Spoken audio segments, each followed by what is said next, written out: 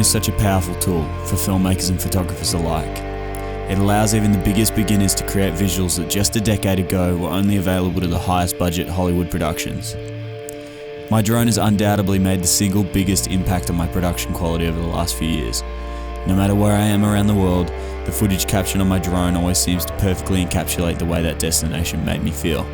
These are just a few custom adjustments that I've made to my DJI MAVIC 2 Pro to make sure that I never miss a shot, or wish I'd shot it differently. The first thing I always do whenever I turn my drone on is make sure that my camera settings are locked in. To do this, you tap the 3 lines just below the record button. This will bring up your manual controls. From here, my exposure is double my frame rate, I make sure my image is well exposed, and I make sure my ISO is as close to 100 as I can possibly get it. I find with beginner or intermediate DJI drones, any introduction of artificial light just damages the image too much. Once I've got that locked down, I'll hit the little camera icon above there and make sure all of these settings are locked in. As far as video size, most of the time I shoot in 4K high quality, 30 FPS. This is entirely up to me. I prefer the look of 30 FPS over 24, but again, it's entirely up to you. I find that the full FOV option for Mavic Pros, or at least the Mavic 2 Pro, I find most of the time that it builds some warping on the horizon if your scenes are too big. If you need that extra field of view, or you need a little bit more as far as your focal length, if you're shooting a wide open landscape, 4K high quality is definitely a better option, and I shoot 30 FPS. Whenever I shoot slow motion, I don't ever go any lower than 2.7K, but if I do need slow motion, I go 2.7K and up to 60.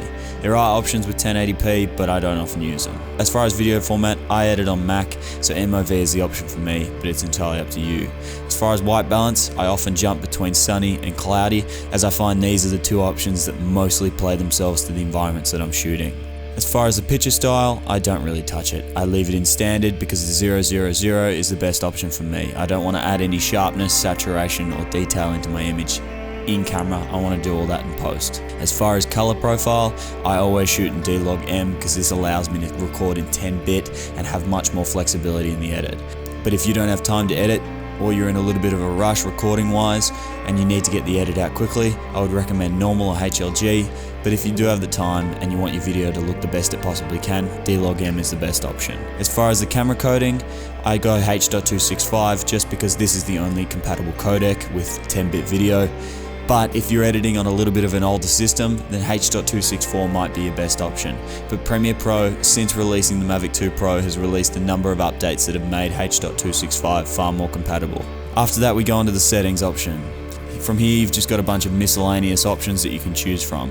I always keep my histogram on, and that's about it. I add a center point just because I find that it's good for tracking a subject, and I make sure that I'm recording to the SD card and not the internal storage.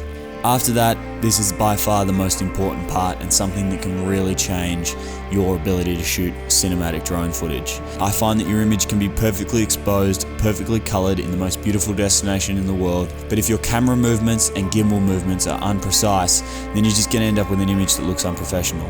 So hit the 333s or hit the 333 button in the top right of your screen, and that'll bring up your gimbal options. It's a little camera symbol with a line above it to represent gimbal. From here, you're going to go into advanced settings, and these are my settings to really slow down and smoothen out the motion of the gimbal.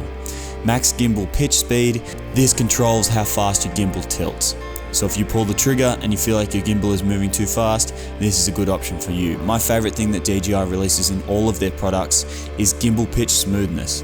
Now this is something that I can also do on my Ronin S, so I love that it's available for my drone. All this does is once I take my finger off the trigger, the gimbal continues to move to a slow stop. I think this is great for keeping your footage cinematic because it means that there's never any jolts or anything that's going to jar the viewer and make them feel uncomfortable. And there you have it. These are all the custom settings that I've set up for my Mavic 2 Pro to make my drone footage more cinematic.